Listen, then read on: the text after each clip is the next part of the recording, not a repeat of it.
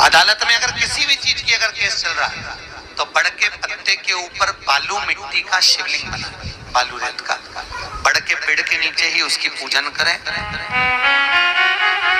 उस पे 3 चम्मच दही चढ़ा दें,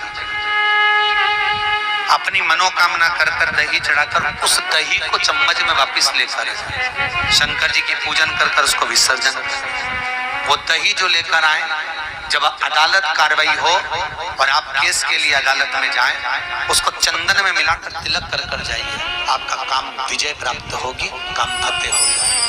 बटकेश्वर महादेव का स्मरण करने से कार्य की सिद्धि होती है। जिस बच्चे का एग्जाम में पास नहीं हो रहा हो, अच्छे नंबर नहीं आ रहे हो, वो भी इस दही का तिलक लगाकर जा सकता है। बटकेश्वर ऐसे भगवान शिव विराजमान है। 16 श्रृंगार में नारी के हाथ की चूड़ी का कलर अलग हो सकता है, चूड़ी की डिजाइन अलग हो सकती है, चूड़ी अलग हो सकती है, चूड़ी महंगी सस्ती हो सकती है, मंगलसूत्र की कीमत ऊंची नीची हो सकती है, पाँव की बिछुड़ी की कीमत ऊंची नीची हो सकती है, कान के कुंडल की कीमत ऊंची नीची हो सकती है।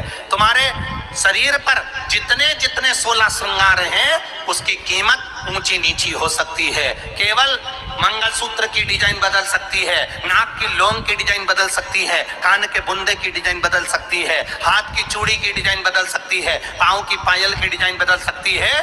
केवल नारी के 16 श्रृंगार में एक श्रृंगार ऐसा है जिसकी कीमत जो पहले थी वही कीमत आज तक है और उसकी डिजाइन आज तक नहीं बदली। वो मांग का सिंदूर है, एक जैसी डिजाइन है और एक जैसी कीमत है। सारे श्रृंगार की कीमत अलग, पर मांग में जो सिंदूर डाला जाता है वो एक कीमत का होता है, एक डिजाइन का होता है और एक जैसा होता है और वो सबसे भारी होता है। सावित्री यमराज से कह रही है मेरे पति को छोड़ दो। यमराज कह रहा है सावित्री तेरा पति मर चुका है, मांग के सिंदूर को पोंछ दे। सावित्री कहती है पूरा श्रृंगार उतार दूंगी पर मांग का सिंदूर नहीं पूछने दूंगी। तब यमराज ने कहा जब तक तू मेरे मांग का अपनी मांग का सिंदूर नहीं उतारती तब तक तू मेरे पास नहीं आ सकती। भगवान यमराज से सावित्री ने कह दिया मैं भी तुझे वचन देती हूँ यमराज, मेरी मांग में जब तक सिंदूर है, जैसे सीता ने लाइन, लक्ष्मण जी ने लाइन खींच दी थी और सीता पार नहीं जा सकती थी, मैं भी तुझे वचन देती हूँ जब तक नारी की मांग में सिंदूर है तब तक तू उसके पति को उसके सामने लेकर नहीं जा सकता। ये भी मैं तुझे कह देती हूँ।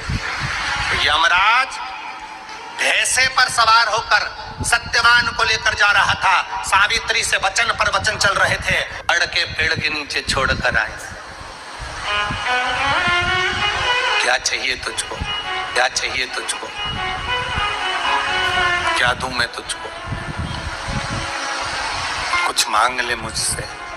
सावित्री कहती है क्या दोगे आप, मेरे पति के प्राण दे दो बस वापिस, और कुछ नहीं चाहिए। जब यमराज यमलोक में प्रवेश करने लगा, मांग के सिंदूर में से थोड़ा सा सिंदूर सावित्री ने केवल हाथ में लेकर अपनी बिंदी पर जो लगाया, सत्यवान को लेकर यमराज अंदर नहीं जा पाया।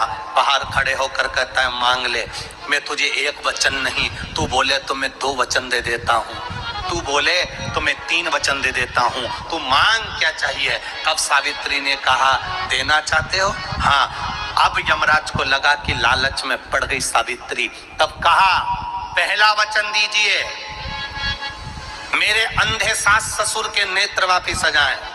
यमराज ने कहा तथास्तु।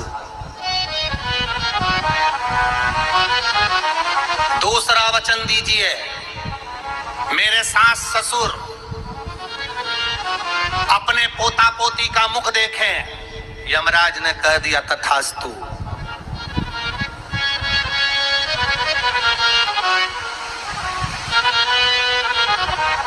जाओ।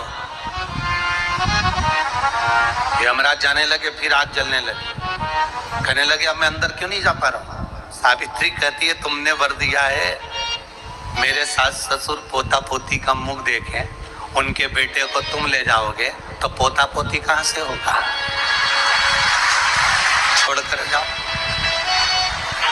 सावित्री है, पति को वापस लेकर आ गए।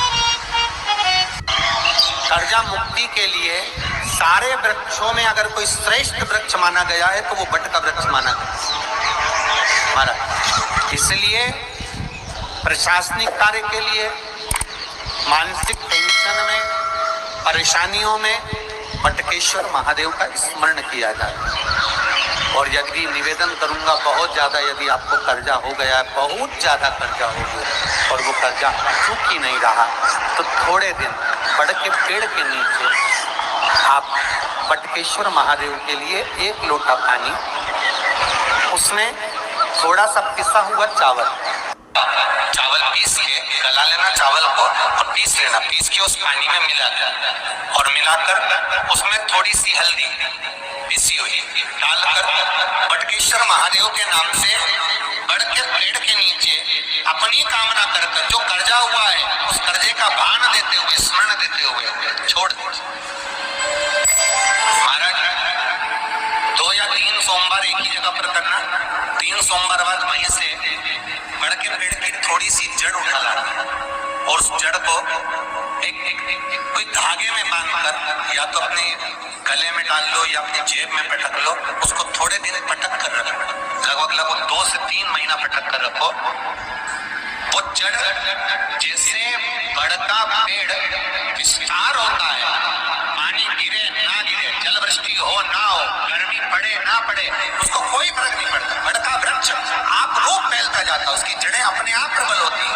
उसी तरह ये बटकेश्वर महादेव कहीं से भी अगर जड़ आपके पास में रखी है 1 महीना, 2 महीना, 3 महीना तक, तो ये जड़ अपने आप लक्ष्मी को पकड़कर खींच कर लाती है और कर्जे से मुक्त कर देती। बटकेश्वर महादेव पत्नी को कभी हल्का मत समझना। सावित्री का पति शांत हो गया था, मर गया था।